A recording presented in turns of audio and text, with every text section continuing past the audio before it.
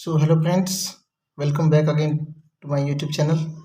आज हम जो टॉपिक लेके आए हैं वो है केमिकल शिफ्ट, जो काफ़ी इम्पोर्टेंट टॉपिक है आपके सिलेबस में, है ना। ये जो है आपका एनएमआर स्पेक्ट्रोस्कोपी का एक टॉपिक है।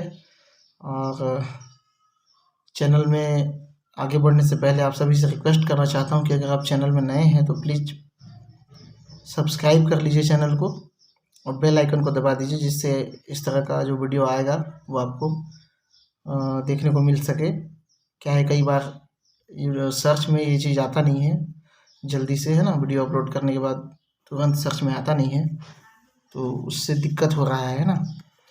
तो केमिकल शिफ्ट होता क्या है, किसी मॉलिक्यूल का प्रोटॉन, क्योंकि हम यहाँ पे प्रोटॉन या न्यूट्रॉन का जो स्पिन होता है, टोटल ये कहना चाहिए न्यूक्लियस का ही हम क्या करते हैं, एनएमआर निकालते हैं। ठीक है, तो न्यूक्लियस में क्या हो सकता है, प्रोटॉन हो सकता है या फिर एनएमआर एक्टिव कोई न्यूक्लियस हो सकता है। ठीक है, एटम की जगह पे आप न्यूक्लियस लिख सकते हो। उसका एनएमआर सिग्नल का अपने निश्चित स्थान से अलग स्थान में शिफ्ट हो जाना केमिकल शिफ्ट कहलाता है। तो ये जनरल सा एक लाइन है जिसको हम आगे समझने वाले हैं। ये जो है दो फिनोमिनन के कारण होता है। इसमें देखो, आपके जो टॉपिक में है वो सिलेबस में शिल्डिंग इफेक्ट अलग से दिया हुआ है, तो उसका अलग से वीडियो में नहीं बना पाऊंगा, है ना। शिल्डिंग इफेक्ट यहाँ आप यहीं से समझने का प्रयास कीजिएगा।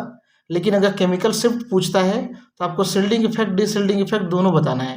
ठीक है, उसके आगे फैक्टर अफेक्टिंग केमिकल शिफ्ट भी दिया हुआ है। अगर लॉन्ग क्वेश्चन पूछता है तो केमिकल शिफ्ट में ही आप फैक्टर अफेक्टिंग बता दोगे, अगर शॉर्ट पूछता है तो अलग अलग बता देना। ठीक है, तो ये हो गया। अब देखते हैं शिल्डिंग इफेक्ट क्या है। शिल्डिंग का मतलब क्या होता है, कोटिंग, है ना। कोटिंग मतलब आप कह सकते हो जैसे ये कोई न्यूक्लियस है, न्यूक्लियस को हम कवर कर दिए हैं। ठीक है, मतलब कोई हम कुछ प्रभाव यहाँ पे डालना चाहते हैं न्यूक्लियस पे, तो ये जो इसका बाहरी स्फीयर है ये इसका प्रतिरोध करता है, तो इसको हम क्या कहेंगे, शिल्डिंग इफेक्ट। ठीक है, जैसे हम इसको क्या कर रहे हैं, एनएमआर में मैग्नेटिक फील्ड से अप्लाई करना चाह रहे हैं। ठीक है, मैग्नेटिक फील्ड से इसको प्रभावित करना चाह रहे हैं, अफेक्टिव करना चाह रहे हैं।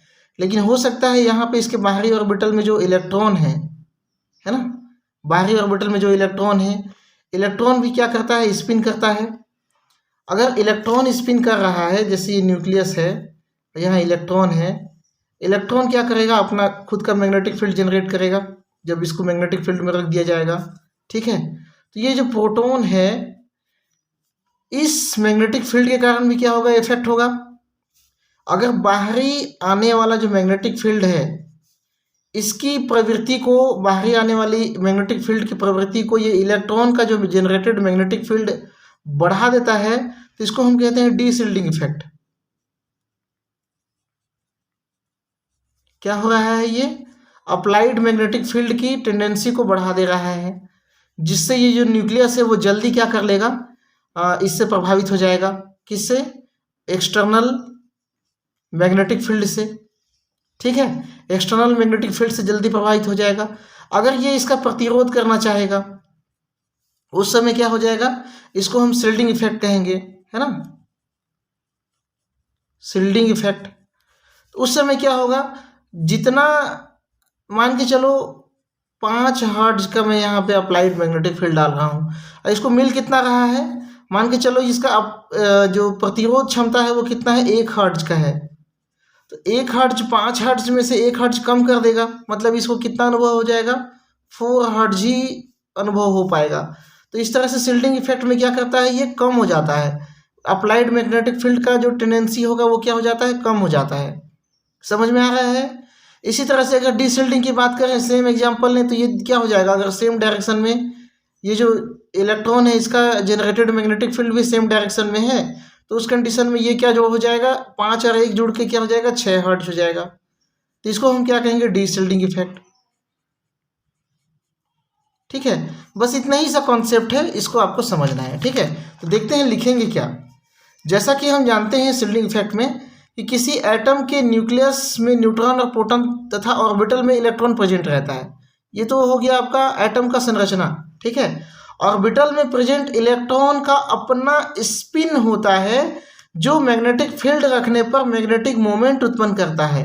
मैग्नेटिक फील्ड यहाँ पे आप ऐड कर देना। मैग्नेटिक फील्ड में मैग्नेटिक मोमेंट उत्पन्न करता है, स्पिन करता है, मतलब उसका खुद का मैग्नेटिक मोमेंट वहाँ पे मौजूद होगा। ठीक है, अब जब मैग्नेटिक फील्ड में उसको रख देते हैं तो ये क्या करता है, मैग्नेटिक फील्ड जो उत्पन्न करता है वो हमेशा क्या होता है, याद रखना, अपोजिट डायरेक्शन में होता है। अपोजिट डायरेक्शन में होता है किसके, अप्लाइड मैग्नेटिक फील्ड के, अप्लाइड मैग्नेटिक फील्ड के। शायद मैं लिखा हूं यहाँ पे, जब इलेक्ट्रॉन द्वारा उत्पन्न magnetic field, magnetic moment external magnetic field या फिर जो अप्लाइड मैग्नेटिक फील्ड है उसके अपोजिट डायरेक्शन में होता है, तब यह एक्सटर्नल मैग्नेटिक फील्ड का प्रतिरोध करता है, रेजिस्ट करता है उसको। ठीक है, रेजिस्ट करेगा। अब इस स्थिति में जब बाहरी वाला मैग्नेटिक फील्ड को क्या करने लगेगा, ये प्रतिरोध करने लगेगा बाहर की ओर। देखो ये इधर से आ रहा है, ये इधर से, इसका चुंबकीय बल रेखा इधर जा रहा है, तो ये दूसरे एक दूसरे को क्या करने लगेंगे, रेजिस्ट करने लगेंगे। इस कंडीशन में जो इसका जो न्यूक्लियस है उसमें बाहरी मैग्नेटिक फील्ड का प्रभाव अब क्या पड़ने लगेगा, कम पड़ने लगेगा। अगर हमको इसको रेजोनेंस कराना है इसमें, या इसमें एनएमआर सिग्नल प्राप्त करना है, तब हमको क्या करना पड़ेगा, एच नॉट का टेंडेंसी को बढ़ाना पड़ेगा, मतलब इसकी प्रबलता को बढ़ाना पड़ेगा, प्रबलता को क्या करना पड़ेगा, बढ़ाना पड़ेगा। ठीक है, तब जाके इसमें एनएमआर प्रोसीड हो पाएगा। ठीक है, इसी प्रभाव को हम क्या कहते हैं, शील्डिंग इफेक्ट कहते हैं। जो ये बाहरी कोट दिख रहा है, ये इलेक्ट्रॉनिक इन्वायरमेंट का कोट बन जाता है, जो ये स्पिन करता है, तो ये क्या करता है, इस तरह से मैग्नेटिक फील्ड जनरेट करता है। हमेशा क्या होता है, वो एच नॉट के अपोजिट डायरेक्शन में ही होगा। इलेक्ट्रॉन से इंड्यूस्ड मैग्नेटिक फील्ड जो उत्पन्न होगा वो क्या होगा, हमेशा क्या होगा, अप्लाइड मैग्नेटिक फील्ड के अपोजिट डायरेक्शन में ही होगा। तो यहाँ पे क्या हो जाता है, एक इफेक्ट उत्पन्न होता है जिसको हम क्या कहते हैं, शील्डिंग इफेक्ट। किसके लिए, प्रोटॉन के लिए, या फिर न्यूक्लियस के लिए कह सकते हो। यहाँ पे आप न्यूक्लियस के लिए कह सकते हो, चूंकि ऑर्गेनिक केमिस्ट्री में हाइड्रोजन ही ऐसा एटम होता है जिसका हम एनएमआर ले सकते हैं, तो इसलिए हम यहाँ पे प्रोटॉन शब्द डायरेक्ट यूज कर रहे हैं। ठीक है, यहाँ तक ये शील्डिंग इफेक्ट क्लियर हो गया। अब इससे क्या होगा, इसका इफेक्ट क्या होगा, प्रभाव क्या होगा। अब मान के चलो ये जो है एस्टिमेट पीक पोजीशन है किसी हाइड्रोजन का। ठीक है, एस्टिमेट पीक पोजीशन है, लेकिन शील्डिंग इफेक्ट के कारण जो पीक होता है वो टीएमएस की तरफ झुक जाता है। अब टीएमएस क्या होता है, टेट्रामेथिल सिलेन। टेट्रामेथिल सिलेन क्या होता है, हाईली शील्डेड कंपाउंड होता है, जिसका पीक को हम क्या मान लेते हैं, जीरो कंडीशन में मान लेते हैं। तो इसका जो पीक होता है हाइड्रोजन का, वो किधर शिफ्ट होने लगता है, हाईली शील्डेड एरिया में शिफ्ट होने लगता है, मतलब अप फील्ड में। इसको हम अप फील्ड भी कह सकते हैं, अप फील्ड में शिफ्ट होने लगता है। ठीक है, अतः अब इस प्रोटॉन का एनएमआर सिग्नल लेने के लिए एक्स्ट्रा मैग्नेटिक फील्ड स्ट्रेंथ या एक्सटर्नल मैग्नेटिक फील्ड स्ट्रेंथ को थोड़ा बढ़ाना पड़ेगा, है ना। जब बढ़ाएंगे तब जाके हमको पीक मिलेगा। एक्चुअल पीक की पोजीशन कहाँ हो गया, यहाँ से यहाँ शिफ्ट हो गया। ठीक है, तो इस तरह से यहाँ पे क्या होता है, केमिकल शिफ्ट होता है। अतः शील्डिंग इफेक्ट के कारण एनएमआर एक्टिव न्यूक्लियस का पीक जो होता है उसमें शिफ्ट देखने को मिलता है, तथा ये जो पीक होता है वो हायर एक्सटर्नल मैग्नेटिक फील्ड की ओर शिफ्ट हो जाता है, और इसी शिफ्ट को हम क्या कहते हैं, केमिकल शिफ्ट कहते हैं। ठीक है, दूसरा इफेक्ट क्या होता है, D shielding effect. D shielding effect कैसा होगा, जब मॉलिक्यूल या कोई एटम होगा, उसका जो प्रोटॉन होगा, उसके इलेक्ट्रॉन के द्वारा उत्पन्न मैग्नेटिक फील्ड तथा external magnetic field same direction में हो, तब induced magnetic field external magnetic field की मैग्नीट्यूड को बढ़ा देता है। मैंने कहा ना, अप्लाई वाला कितना था, 5 था, और इलेक्ट्रॉन द्वारा उत्पन्न कितना था, 1 था। अगर वो उसकी टेंडेंसी को बढ़ा देगा, है ना, तो क्या हो जाएगा, दोनों जुड़ जाएगा और 6 हो जाएगा। मतलब जो न्यूक्लियस है वो पहले से अधिक, जितना हम अप्लाई किए हैं एच नॉट, उससे कहीं ज़्यादा एक्सटर्नल मैग्नेटिक फील्ड को अनुभव करने लगेगा। अब वो क्या करने लगेगा, जल्दी पीक देने लगेगा। ठीक है, मतलब कम स्ट्रेंथ में ही ये क्या करने लगेगा, पीक देने लगेगा। अतः ऐसे प्रोटॉन को सिग्नल देने के लिए कम एक्सटर्नल मैग्नेटिक फील्ड की स्ट्रेंथ की आवश्यकता होगी। यह इफेक्ट डी शील्डिंग इफेक्ट कहलाता है। अगर आप शील्डिंग समझ गए तो डी शील्डिंग को समझना आसान है, ये जस्ट उसका अपोजिट है ना। अब ये आगे हम देखेंगे जब फैक्टर अफेक्टिंग, तो जनरली जो नॉर्मल मॉलिक्यूल होते हैं उसमें अपोजिट डायरेक्शन में ही क्या होता है, ये चुंबकीय बल रेखा निकलता है। लेकिन जब बेंजीन की बात करते हैं तो बेंजीन से जुड़े हुए हाइड्रोजन में डी शील्डिंग इफेक्ट देखने को मिलता है। तो यहाँ चूंकि मैंने बेंजीन का एग्जाम्पल नहीं लिया, वहाँ हम बताएंगे, ठीक है। बस यहाँ पे कॉन्सेप्ट बताने के लिए मैंने डी शील्डिंग बताने के लिए ये जो एरो है इसको सेम डायरेक्शन में दिखाया है, ठीक है। तो जब सेम डायरेक्शन में होगा तो इसकी मैग्नीट्यूड को बढ़ा देगा एक्सटर्नल मैग्नेटिक फील्ड की, और ये क्या हो जाएगा, न्यूक्लियस जो है ज़्यादा चुंबकीय बल रेखा को अनुभव करने लगेगा, जिससे हमको क्या मिलेगा, डाउन फील्ड में कहने का मतलब ये क्या मिल रहा था, अप फील्ड में मिल रहा था। अब जो पी कहाँ आ जाएगा, डाउन फील्ड में आ जाएगा, ठीक है। तो उसको मैंने दूसरा डायग्राम से आपको यहाँ पे दिखाया है। देखो ये एस्टिमेट पीक था, एस्टिमेट पीक से ये कहाँ चला गया, डाउन फील्ड में, है ना। ये है आपका डाउन फील्ड, ठीक है। अप फील्ड इधर होता था, इधर क्या मिलता था, टीएमएस का पीक मिलता था। देखो टीएमएस समझ में नहीं आएगा, इससे पहले वाला वीडियो आप देखो, तब जाकर टीएमएस जो है समझ में आएगा। अब केमिकल शिफ्ट को यूनिट में, अच्छा इसी में टीएमएस है। केमिकल शिफ्ट के यूनिट को नापने के लिए हमारे पास कोई पैरामीटर नहीं है, ठीक है। तो हमको क्या चाहिए, एक रेफरेंस या स्टैंडर्ड पीक होना चाहिए हमारे पास, जिससे तुलना करके क्या कर सकें, हम इन पीक के डिस्टेंस को नाप सकें। तो इस प्रॉब्लम को दूर करने के लिए क्या करते हैं, टीएमएस को चुना गया, है ना। ये टीएमएस क्या होता है, टेट्रामेथिल सिलोन होता है, जिसमें सेम इन्वायरमेंट वाला 12 प्रोटॉन होता है। देखो CH3 CH3 CH3 CH3, यहाँ पे सिलिकॉन, ठीक है। सिलिकॉन क्या होता है, लेस इलेक्ट्रोनेगेटिव एलिमेंट होता है, मतलब यहाँ पे जो बॉन्डेड इलेक्ट्रॉन पेयर होंगे वो किधर शिफ्ट हो जाएंगे, इस C के तरफ शिफ्ट हो जाएंगे सारे के सारे, ठीक है।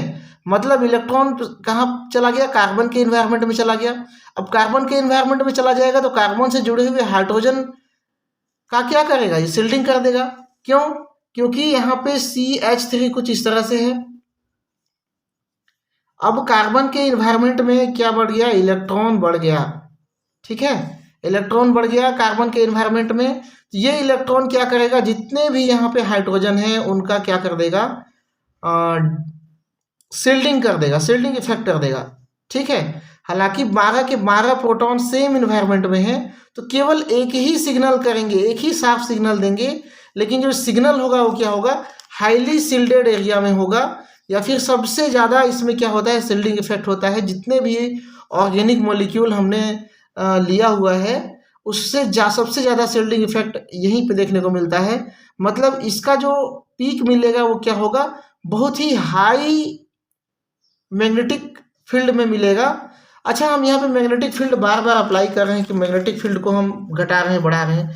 होता क्या है, देखो जब हम NMR सिग्नल लेते हैं तो NMR सिग्नल में यहाँ पे क्या होता है, पहले हम क्या डालते हैं, यहाँ पे रेडियो वेव डालते हैं किसी एटम में, न्यूक्लियस में यहाँ पे कंपाउंड है, ठीक है। तो रेडियो वेव को घटाना बढ़ाना मुश्किल होता है, ठीक है। तो इसको हम क्या कर देते हैं, पहले फिक्स कर देते हैं, ठीक है।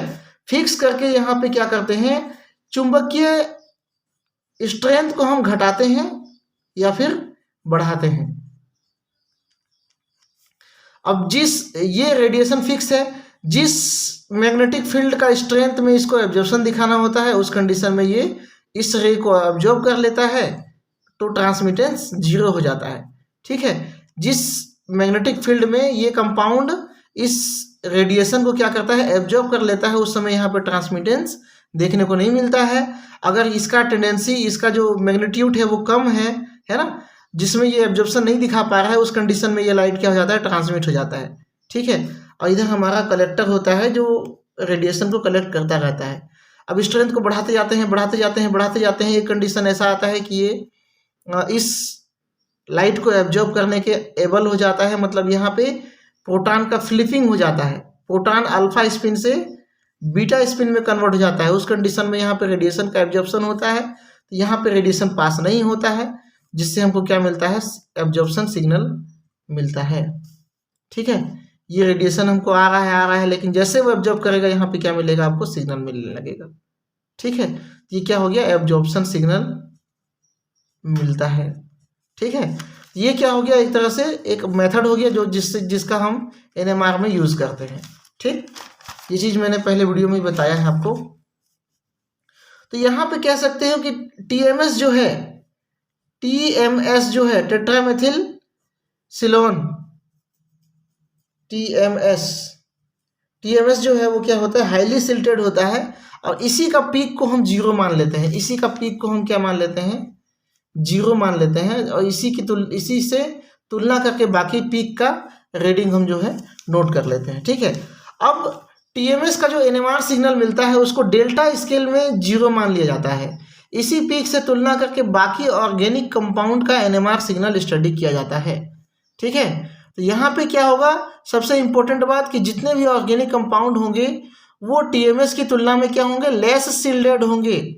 मतलब TMS की तुलना में डाउन फील्ड में क्या मिलेगा, पीक मिलेगा। तो सबसे अप फील्ड में क्या मिलेगा, TMS ही मिलेगा। ठीक है, ये एक पैरामीटर है, उसको हम यहाँ पे दर्शाने का प्रयास करते हैं, जिसको डेल्टा स्केल कहा जाता है। यहाँ पे आप जीरो पे क्या करेंगे, TMS का सिग्नल लेंगे, 1.0, 2.0, 3.0, 4.0, 5.6, 7.8, 9, 10 ये क्या हो गया, ये डाउन फील्ड हो गया, ये डी सिल्डेड एरिया। और ये क्या है, हाईली सिल्डेड एरिया है। जहाँ जहाँ सिल्डिंग होगी वो उसका पीक इधर आएगा, और जिसकी सिल्डिंग कम होगी वो किधर आएगा, इधर आएगा। ठीक है, ये हो गया। डेल्टा स्केल को आप टाई स्केल में भी चेंज कर सकते हो। जहाँ पे जीरो है उसकी वैल्यू आपको 10 दे देना है, जहाँ पे 1 है उसकी वैल्यू को आपको 9 दे देना है। मतलब 10 minus delta, 10 minus delta, 10 minus zero मतलब 10, 10 माइनस 1 मतलब 9, 10 माइनस 2 मतलब 8, 10 माइनस 3 मतलब 7। इस तरह से टाउ स्केल बना सकते हैं। ठीक है, तो यहाँ TMS क्या होगा, सबसे हाईएस्ट नंबर 10 में मौजूद होगा। ये टाई स्केल की बात कर रहे हैं। TMS के सापेक्ष किसी प्रोटॉन का उसी एटम के इलेक्ट्रॉनिक इन्वायरमेंट के कारण हाइयर या फिर लोअर फ्रीक्वेंसी में सिग्नल देना केमिकल शिफ्ट कहलाता है। अब तो ये तो स्पष्ट हो गया केमिकल शिफ्ट क्या होता है। ठीक है, तो केमिकल शिफ्ट को आप ऐसे दिखा सकते हो, frequency of sample, frequency of TMS किसमें, हर्ट्ज में, और ऑपरेटिंग फ्रीक्वेंसी को आप ले लेते हैं मेगा हर्ट्ज में। फॉर एग्जांपल के लिए इसको देखो, न्यू और न्यू को सैंपल और TMS का अगर डिफरेंस निकालोगे तो TMS का वैल्यू क्या होता है, हाई होता है, 0 पे आता है, और इसकी वैल्यू क्या आएगी, कुछ डिजिट में आएगा। तो ये क्या, किसको कह सकते हैं, डेल्टा न्यू से आप दर्शा सकते हो। जैसे एग्जाम्पल के लिए हम एग्जाम्पल भी दर्शा सकते हैं, यदि किसी प्रोटॉन का शिफ्ट TMS से 200 हर्ट्ज में हो, तब इसका ऑपरेटिंग फ्रीक्वेंसी मान के चलो, ये मान लेते हैं कि 100 मेगा हर्ट्ज में है। तो 100 मेगा हर्ट्ज को हर्ट्ज में चेंज करेंगे तो क्या हो जाएगा, 100 × 10⁻6 हर्ट्ज। ठीक है, तो यहाँ पे डेल्टा का वैल्यू क्या आ जाएगा, 200 हर्ट्ज अपॉन 100 × 10⁻6। तो 100 को इससे काटेंगे तो वैल्यू क्या आ जाएगा, 2 आ जाएगा। चूँकि यहाँ अपॉन में डेल्टा 10 का पावर इतना क्या बोलते हैं 6 है, तो फिर ये वैल्यू क्या आ जाएगा, 2 × 10⁻6। और ये क्या हो जाता है, टाई स्केल कहलाता है। इसी को हम क्या, सॉरी, डेल्टा स्केल कहलाता है। अब इसकी जैसे वैल्यू यहाँ पे कुछ एग्जांपल का दिया हुआ है, CH3 वाले प्रोटॉन का जो डेल्टा वैल्यू होता है 0.9 होता है। इसमें से आप 10 में से ये घटा दोगे तो ये वैल्यू आ जाएगा। ठीक है, तो टाई स्केल में यहाँ प्रदर्शित होगा। इसी तरह से CH3 अगर CN के साथ में जोड़ा होगा, जो कि इलेक्ट्रोनेगेटिव ग्रुप होगा, तो ये क्या करेगा, इलेक्ट्रॉन को अपनी ओर खींचेगा। मतलब इसका स्थिति क्या हो जाएगा, डीसिल्डिंग एरिया में होने लगेगा। है तो CH3 ही, डीसिल्डिंग एरिया में होने लगेगा। कहने का मतलब क्या है, पहले पॉइंट कहाँ मिल रहा था, यहाँ मिल रहा था, है ना, 0.9 में। अब कहाँ मिल रहा है, 2.0 में, मतलब यहाँ आ रहा है। मतलब डीसिल्डिंग एरिया में जो है शिफ्ट हो रहा है। इसी तरह CH3Br का अगर हम देखें तो ब्रोमीन क्या होता है, इलेक्ट्रोनेगेटिव एलिमेंट होता है, इलेक्ट्रॉनिक डेंसिटी को अपनी ओर खींचता है। ठीक है, इलेक्ट्रॉनिक डेंसिटी को अपनी ओर खींचेगा, मतलब यहाँ का जो इन्वायरमेंट होगा वो क्या होगा, और डिसिल्डिंग हो जाएगा। मतलब वैल्यू 2.6 की तरफ आ रहा है। टाई स्केल में निकाल सकते हो, 2.6 को आप 10 से माइनस कर दो, 7.4 आएगा। ठीक है, तो इस तरह से जो है ये आता है। तो चलिए नेक्स्ट वीडियो में चलते हैं, एक नया टॉपिक लेके, फैक्टर अफेक्टिंग केमिकल शिफ्ट।